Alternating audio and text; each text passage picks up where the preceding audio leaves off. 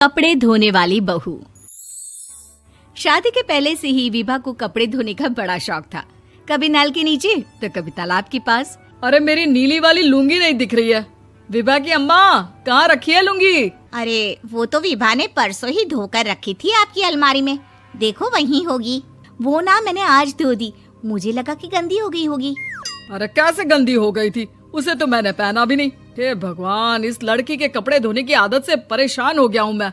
जितना तो घर में राशन नहीं आता, उससे कहीं ज्यादा डिटर्जेंट पाउडर का खर्चा है। इसकी शादी करवा दो, शादी जाए अपने घर में ही करे काम, फिर चाहे घर के कपड़े धोने हो या पूरे गांव के। हाँ ठीक बोल रही हो, देखता हूँ मैं कोई लड़का। वो दिन भी आ जाता है जब विभा को देखने लड़के वाले आ जाते हैं। लड़की मुझे अच्छी लगी। होने वाली सास कहती है, बेटी अगर कुछ पूछना है तो पूछ लो। वैसे तो हमारी लड़की बहुत ही शर्मीली है, जो बोल दो वो मान लेती है, इसे क्या पूछना होगा। अरे कैसी बात कर रही हो माँ, मुझे इन लोगों के घर रहना है, सवाल तो कई है। हाँ हाँ बेटा, पूछ लो ना, क्या पूछना है। आप लोगों के घर कपड़े कौन धोता है? सास का मुंह बन जाता है। देखो, अगर तुम ये कहना चाहती हो कि तुम्हें कपड़े धोने नहीं आते तो सुन लो, कपड़े मैं ही धोती हूँ, लेकिन तुम्हारे आ जाने के बाद मैं रुमाल तक नहीं धोऊंगी। अरे चुप रहना भाग्यवान, बहू बेचारी घर आई नहीं, उसे डराना शुरू कर दिया। वो क्या है ना बिटिया, अभी तक तो ये कल्लू की माँ ही धोती थी, लेकिन अब तुम्हारे पापा तो दहेज में वॉशिंग मशीन देंगे ही।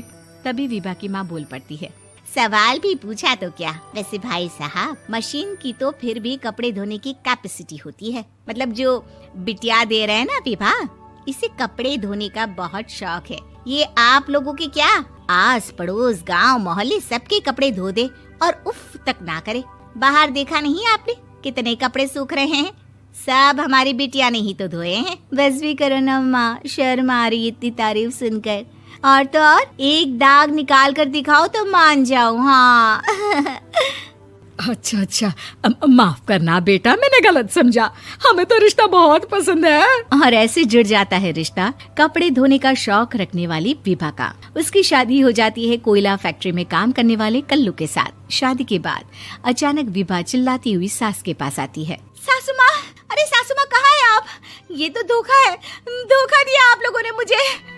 इसे ससुर के चक्कर के बारे में पता चल गया। अरे तो उसमें तुझे क्यों धोखा मिला है? अरे नल में पानी नहीं आता, कपड़े कैसे कब धुलेंगे? अच्छा, तू पानी नहीं आ रहा उसकी बात कर रही है। तो आपने क्या सोचा? कुछ नहीं। अच्छा, तेरी माँ ने कहा था कि कपड़े धोने का शौक है तुझे, याद आया मुझे। शौक बोलकर कपड़े धोने वाले मेरे जुनून को कम ना आके सासू माँ, कपड़ा धोना मेरा गुरूर है। तभी पति भी वहाँ आ जाता है। अभी मैंने इसे सनी देओल की फिल्म दिखाई है, उसी के डायलॉग मार रही है माँ। अच्छा सुन, साफ साफ बता रही हूँ, पानी सुबह 4 से 6 और शाम को 10 से 12 आता है, समझी? विभा टाइमिंग सुनकर हैरान हो जाती है। ये क्या भूतों का मोहल्ला है? सुबह 4 बजे उठकर कौन कपड़े धोता है? 4 बजे टंकी में पानी जाता है, फिर सारा दिन धोना ना, किसने मना किया? अरे कैसी बात कर रही हैं? 200 लीटर की टंकी में कितने कपड़े धो लूंगी मैं, सुबह ही उठ जाऊंगी मैं। अब क्या था, विभा सुबह 4 से लेकर रात के 12 बजे तक कपड़े ही धोती रहती। एक रोज सास पड़ोस से निकलकर कहीं जा रही होती है कि साथ वाली कहती है, हाँ कल्लू की माँ, जरा ये बताओ कि 2 साड़ी है, 2 ब्लाउज और एक पेटीकोट और एक नाड़े वाला लंबा कच्छा। हाँ तो? अरे तो क्या, कितना लोगी धुलाई ये बताओ। धोबन दिख रहे हैं हम क्या? हमारे पति सरकारी नौकरी से अभी रिटायर हुए हैं और बेटा सुपरवाइजर है कोयला फैक्ट्री में। धोबन समझ रखा है हमें? हाय रे कल्लू की अम्मा, माफ कर दो, वो तो मोहल्ले में यही सब बता रहे थे कि तुमने बहू को कपड़ा धुलवाने के काम में लगा दिया है। सास को पड़ोसन की बात सुनकर गुस्सा आ जाता है। वो घर पहुंचती है जहां घर के बाहर ही इतने सारे कपड़े सूख रहे होते हैं जितने कि किसी धोबन के घर पर। अरे ओ कल्लू की दुल्हन, बाहर निकल।